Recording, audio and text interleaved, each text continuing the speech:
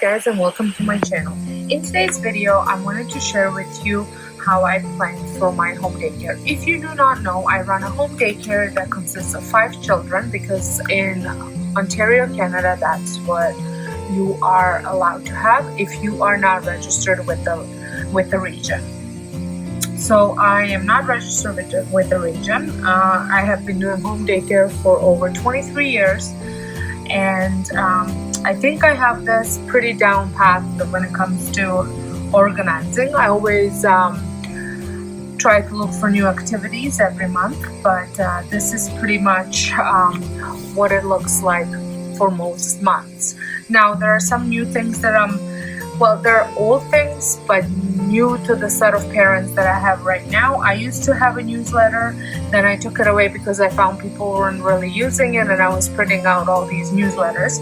So I have decided to bring the newsletter back, but instead of printing it, I only print one copy, which stays on teacher board, and then I will post the rest of it on my website and on my Facebook page so parents can a reference to it there, so then that way I don't have to waste all this paper because I already have a lot of paper that I'm using. So the number one thing that I use is a planner. Now this is just a Dollar Tree planner. I haven't been able to find one that I love. This is the closest that I got. However, I have seen Erin Condren has a deluxe, I think it's called monthly planner, deluxe monthly planner, where it's just monthly pages and then it has a couple note pages. So maybe that's going to be my next planner. This is just the student planner, so it kind of runs out in June and it was only $1.25. So what I like to use this one is more for my attendance. So I write out my themes, but then I write out my attendance. This is so far blank just because I don't want you seeing all the names and everything, but I will write down when everybody's off, if anybody is off, if anybody's taking holidays, if I'm taking time off, and when the payments are due for different people. So I write all that out. On the notes section, I use it to write out my payments. So when everybody pays me, I write it down here. Maybe it's a bit old school, but I like to have it full on so I can see it. So that's pretty much I'm the only one that sees this. Then for my big life planner that I use for everything else, I have this weekly teacher dashboard that I like to write out all of my menus, my snacks, and then over here just different happenings, so that way in the morning I can just reference back to it and see what I'm doing for that morning without actually going to my mudroom where the teacher board is, or going down where a parent board is, or going downstairs looking at my board.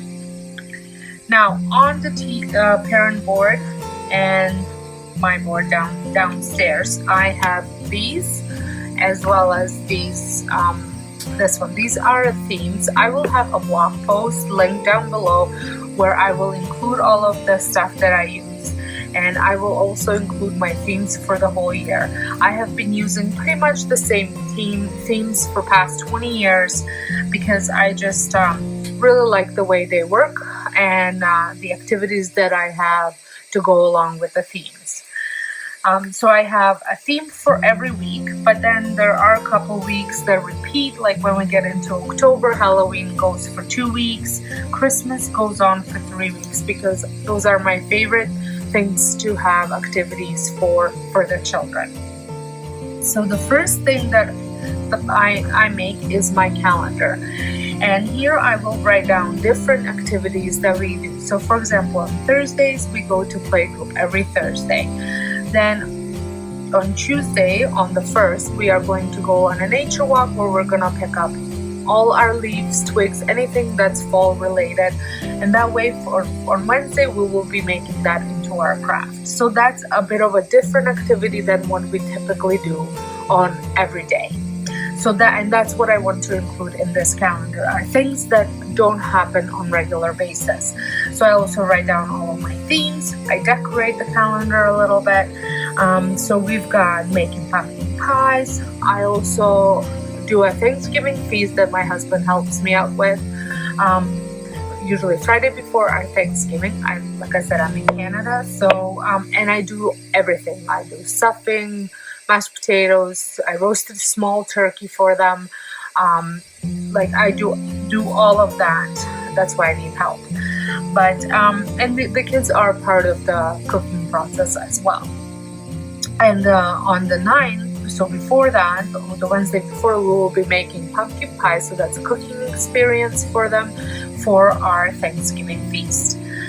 Then I live in a town that has a very large Oktoberfest, so I always think it's important to include that into my theme and talk about it because it is all over the town. The kids are exposed to, there's a huge parade, there's family days with lots of kids activities, so I think it's fun to include it into my daycare. So on Wednesday we will be doing circle time that's Oktoberfest related. We'll talk about Oktoberfest, look at pictures and things like that, and then we will have Oktoberfest sausages with sauerkraut, which kids typically don't like, but it's important for them to try.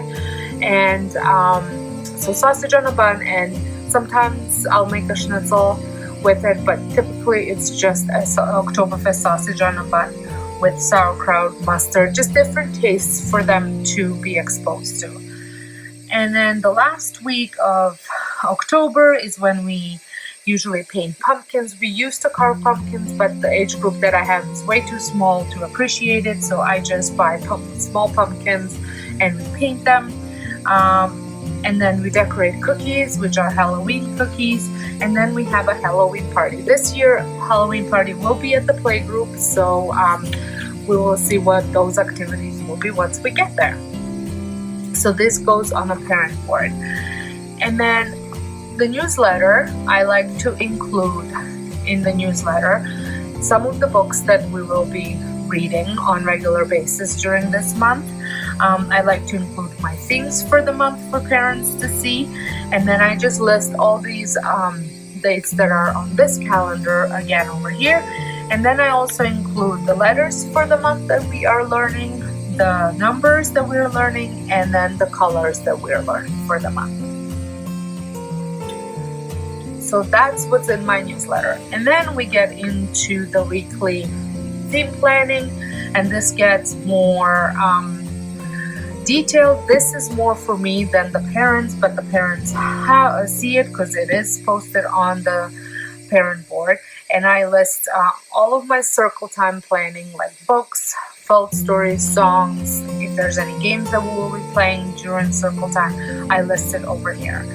Then I list all of my crafts for that week, things that we are doing. My dramatic play area, usually this doesn't change for the month. I change this monthly, so for the month of October it is a kitchen because I felt it was suitable for harvest season to have a kitchen. And then sensory, we will have for the first part of the week Play-Doh with the fall cutouts, so usually cookie cutters that are fall related. And then for the last 2 days of the week, I will have a discovery bin, which will have corn, acorns, spiders, anything fall related that they can kind of look at, play with. There will be measuring cups and things like that for them to explore that. So I pretty much go for the same thing for all of the themes. So I will include in my blog post my planning sheets, my weekly planning sheets, as well as my monthly calendars, and I will also include my themes for you to access if you wish to use. It is there for you to print out and use. So I hope this was helpful if you're doing home daycare. If you are, let me know down below and let me know the type of different planning that you do, because I can always learn something new. So until next time, I hope you guys have a wonderful day, and thank you so much for watching.